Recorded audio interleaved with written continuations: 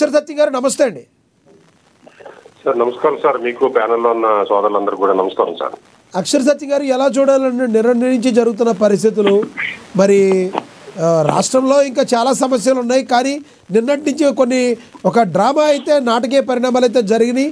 ఏదైతే అయింది వైఎస్ఆర్సీపీ అధికార ప్రతినిధి వెంకటరెడ్డి గారిని అరెస్ట్ చేయటం, తెల్లారేపాటికి బెయిల్ రావడం అన్నీ చకచకా జరిగిపోయాయి. పోలీసులు ఏం చేశారు, ఏమేమి సెక్షన్ల కింద వాళ్ళని అరెస్ట్ చేశారు, అసలు బెయిల్ రావడానికి గల కారణం ఏంటి, అసలు నిజంగా అరెస్ట్ చేయాల్సినంత అవసరం ఉందా, ఏమంటారు మీరు ఒక జర్నలిస్ట్గా చెప్పండి. సార్ డిబేట్ లో నా విశ్లేషణ చెప్పే ముందు 2-3 పాయింట్లు స్పష్టం చేయాలి సార్. చెప్పండి. ఇప్పుడు వెంకటరెడ్డి గారికి బెయిల్ అయితే వచ్చేసి ఉండొచ్చు, కాదని అంటలేదు. అయితే నాకున్న అనుభవంలో ఆయన కేసు 10-15 సంవత్సరాల కోర్టులో సాగుతుందండి. అది ఆయన ఏ పార్టీలో ఉంటాడు, వైసీపీలో ఉంటే వెళ్ళనుకోవచ్చు. సపోజ్ ఇది అందరికీ వర్తింటుంది, వెంకటరెడ్డికే కాదు, లక్ష్మణరావు గారు అనుకోవచ్చు, నాకు కూడా వర్తింటుంది, అక్కడ ఉన్న విజయ్ గారు కూడా వర్తింటుంది. అతను రేపు పొద్దున్న తెలుగుదేశంలో ఉన్నా, వైసీపీలో ఉన్నా, లేదా జనసేనలో ఉన్నా కానీ, లేదా బీజేపీలో ఉన్నా ఈ కేసు కంటిన్యూ, ఇలాంటి 10-15 కేసులు అంటే 15 కేసులకు అటెండ్ అవుతూనే ఉండాలి.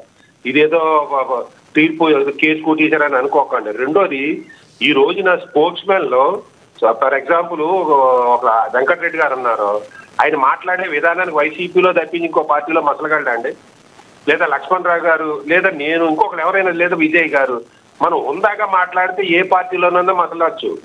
ప్రస్తుత పరిస్థితుల్లో 2 సంవత్సరాలు 3 సంవత్సరాలు దాటి ఒక వ్యక్తి ఇంకో పార్టీలో ఉండే పరిస్థితి లేవు.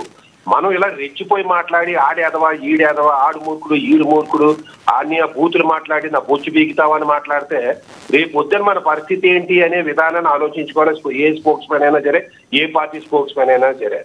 ఇంకా మరో పాయింట్ ఏంటంటే, లక్ష్మణరావు గారు అరెస్టు ఎంత తప్పు అనేది విజయ్ కిరణ్ గారు కదంటే, ఆయన మాటలు చాలా చక్కగా మాట్లాడారు. ఆయన మాటలు బట్టి అర్థం చేసుకోవచ్చు. ఇది వెంకటరెడ్డి గారిని హీరోని చేయడానికి, ప్రభుత్వాన్ని అవాస్ పాలు చేయడానికి పోలీసులు తొందరపాటు చర్యలు తీసుకున్నారు అన్నట్టుగా మాట్లాడారు. నేను ఆ మాటలు అప్రిషియేట్ చేస్తున్నాను సార్.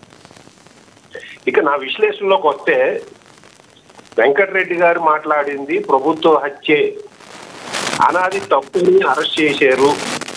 అసలు మీరు ఎందుకు అరెస్ట్ చేశారు, ఎందుకు బెయిల్ వచ్చింది, అసలు మీరు ఏ ఉద్దేశం, నేను హోమ్ మినిస్టర్ గారు ఏదో బయట ఏదో ఒకటి చేశారు, అందులో ఏమంటున్నామే, ఇదే మా పలానోని ఇలా తిట్టారు కరెక్టే. మరి అలా తిట్టినప్పుడు ఈ కేసులు ఏమైనా ఉన్నాయా, సంబంధించిన ఏమైనా ఉన్నాయా?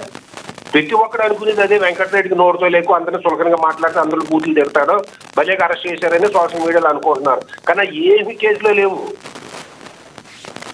మీరు దేని గురించి, మీరు చల్లకెళ్తూ ముంత దాపరకు అన్నట్టుగా మీరు ఏదైతే తప్పు అనుకుంటారో దాని మీద అరెస్ట్ చేయడం అనేది, ఏదో సోషల్ మీడియాలో కామెంట్ చేసి అరెస్ట్ చేయడం అనేది ఖచ్చితంగా తప్పు.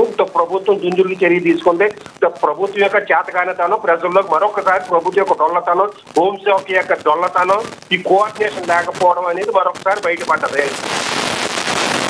మరో పాయింట్ ఏంటి, ఇంకా వెంకటరెడ్డి గారు ఎటువంటి వ్యక్తి అనేది ఒక పాయింట్ మనం చర్చించుకోవాలి. కాబట్టి వెంకటరెడ్డి గారు నిజంగా సబ్జెక్ట్ ఉన్న వ్యక్తి, తను చెప్పదలుచుకున్నది బేస్ వాయిస్ లో గట్టిగా చెప్తాడు. ఎదట వ్యక్తిని, పక్కన ఉన్న స్పోక్స్ మెన్ కానీ ఎదట వ్యక్తిని భయపెట్టగలడం, తనకు అనుకూలంగా మార్చుకోకుండా ఆ విషయంలో ప్రిపేర్ అయ్యి వస్తాడో దాన్ని అప్రిషియేట్ చేయాలండి. కానీ అతనికి నోటు దురుసుతనం అంటారు, నోటు దోలంటారు, ఏదంటే అన్నది, కానీ అది ఎక్కువ ఎదటోని చులకనగా మాట్లాడతాడు. ఎప్పుడు నిజంగా తెలివైనోడు ఎప్పుడు కూడా ఎదట వ్యక్తిని తెలివి తక్కువ అని అందండి. తెలివి తక్కువ వాళ్ళు మూర్ఖులు అంటారు, ఎదటి వ్యక్తిని మూర్ఖుడు నీ దగ్గర సబ్జెక్ట్ లేదని. అటువంటి స్వభావం మార్చుకుంటే వెంకటరెడ్డి గారికి ముందు ఖచ్చితంగా భవిష్యత్తు ఉంటుంది. అయితే ఇలా మూర్ఖంగా మాట్లాడితే మాత్రం యారు బెయిల్ వస్తే వచ్చేసి ఉండొచ్చు, యారికి తెలియదు, కూటమి ప్రభుత్వం ఫెయిల్ అయితే ఫెయిల్ అయ్యి ఉండొచ్చు, ఇంకొకసారి ఇరికించిన ప్రయత్నిస్తారు. ఈ ప్రభుత్వం కాకపోతే ఇంకో ప్రభుత్వం ఇరికిస్తుంది.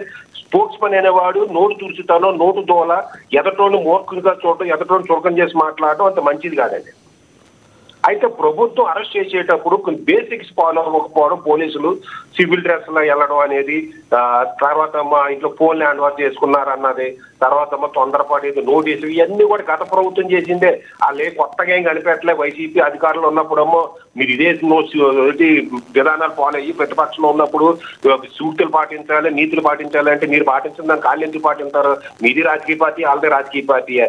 మీరు అధికారంలో కోసమే ప్రయత్నిస్తున్నారు, వాళ్ళు అధికారంలో ప్రోత్సహిస్తున్నారు. అందుకని ప్రతిపక్షంలో ఉన్నప్పుడు జ్ఞానం వచ్చినప్పుడు, రేపు అధికారం వచ్చినప్పుడు మనం ఒళ్ళు దగ్గర పెట్టుకుని ప్రవర్తిస్తే, పరిపాలిస్తే రేపు వచ్చారు మనకి ఇటువంటి అగచాట్లు రావండి.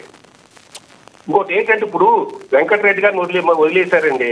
లేదు ఇప్పుడు లక్ష్మణ్ రావు గారు ఏమంటున్నారు, నా దగ్గర కేసు ఉంది రేపు వెళ్తాను అంటున్నారు. రేపు పొద్దున మరొకటి ఏమంటారంటే నన్ను ఏం పీకారు మీరు, నన్ను అరెస్ట్ చేశారు, నా మీద కేసు పెట్టారు అని రేపు నుంచి చూడండి వెంకటరెడ్డి గారి డిబేట్లు ఎలా ఉంటాయో.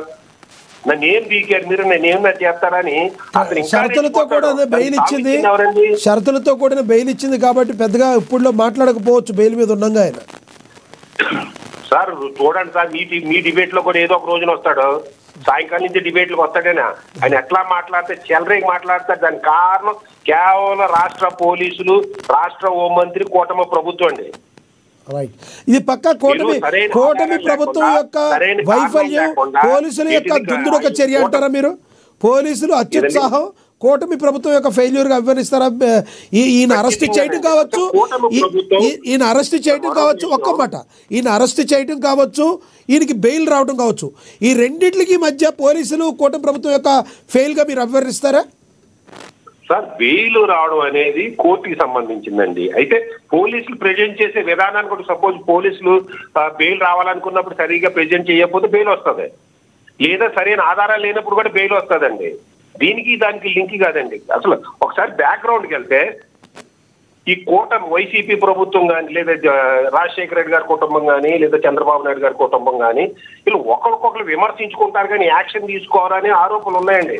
వివేకానంద రెడ్డి గారు సరిపోయినప్పుడు కానీ, లేదా బాలకృష్ణ గారి ఇంట్లో కాల్పు జరిగినప్పుడు కానీ, లేదు ఈ ఇవన్నీ పరకామణి కేసు కానీ, లేదా పింక్ డైమండ్ మాహితీలో ఒకరొకరు విమర్శించుకుంటారు కానీ యాక్షన్ తీసుకోవడం, లేదా రాజశేఖర రెడ్డి గారు అవినీతి మీద కానీ, లేదా చంద్రబాబు నాయుడు గారు అవినీతి అంటాం కానీ, జగన్మోహన్ రెడ్డి వీళ్ళు పుస్తకాలు రిలీజ్ చేసుకుంటారు, విమర్శించుకుంటారు, మైకులు ముద్దుకోరు, రెచ్చిపోతుంటారు కానీ యాక్షన్ తీసుకోరండి. ఆ ఆరోపణ ప్రజల్లో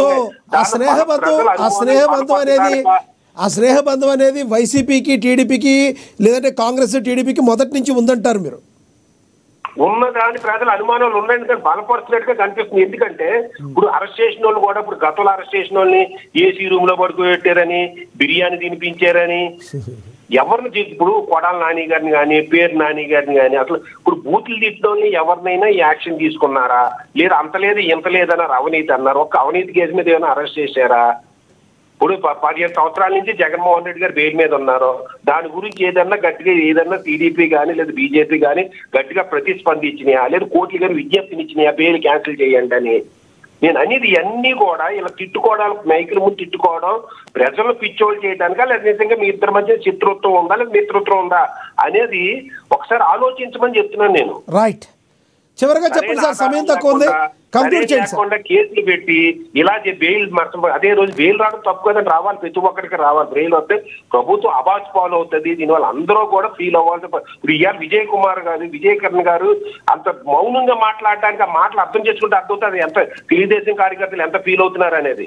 దాన్ని ప్రభుత్వాలు అర్థం చేసుకోవాలి, హోమ్ మినిస్టర్ గారు అర్థం చేసుకోవాలి, పోలీసులు అర్థం చేసుకోవాలని నేను కోరుకుంటున్నాను. రైట్ సార్, ధన్యవాదాలు మీ అభిప్రాయాన్ని తెలియజేసినందుకు. విజయకరణ్ గారు కంక్లూడ్ చేయండి సార్.